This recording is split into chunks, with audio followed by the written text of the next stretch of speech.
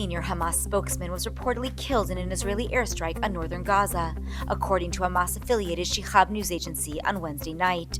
Abdelatif al-Kanu, who had served as one of Hamas's most prominent media figures, was killed when a tent in Jabalia was struck, Hamas-run Al-Aqsa TV reported.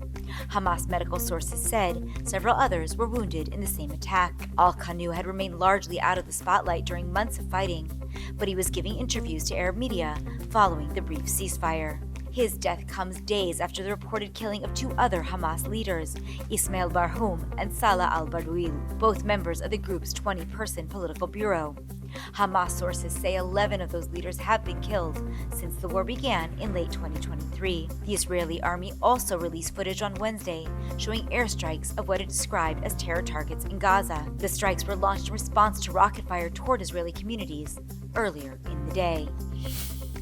Prime Minister Benjamin Netanyahu warned yesterday that Israel may seize parts of Gaza if Hamas continues to hold hostages, reiterating remarks made earlier by his defense minister. Speaking at the Knesset, Netanyahu pointed to rare protests in Gaza, where residents were seen chanting against Hamas, as proof that Israel's military pressure is working. He said Hamas police have once again disappeared following renewed Israeli operations, and warned that if hostages aren't freed, Israel would respond with greater force and repression, including the possible capture of territory. His comments come nearly 17 months after Hamas's October 7 attack triggered the war, and as public pressure grows to bring the hostages home. Defense Minister Israel Katz echoed the threat in a direct message to Gaza residents, urging them to demand Hamas's removal.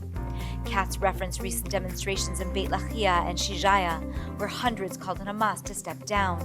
The protest shared on social media suggests growing discontent with the group that sparked the ongoing conflict. Tens of thousands of Muslims gathered at Jerusalem's Al-Aqsa Mosque on Wednesday night to mark Laylat al-Qadr, one of the holiest nights in Islam. The Waqf, which oversees the site, said 180,000 worshippers attended overnight prayers.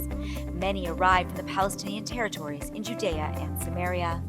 Laylat al-Qadr, believed to commemorate the first revelations of the Quran to the Prophet Muhammad, is a night of deep prayer and reflection during Ramadan.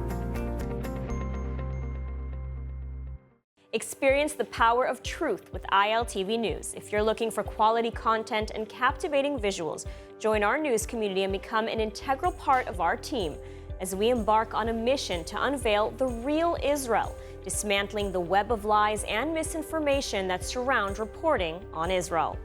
By subscribing to ILTV News, you will not only have access to the latest updates, but you will also amplify our message, creating a ripple effect that carries the truth far and wide. Subscribe today and help reshape the narrative. Available on the web, Android, and Apple.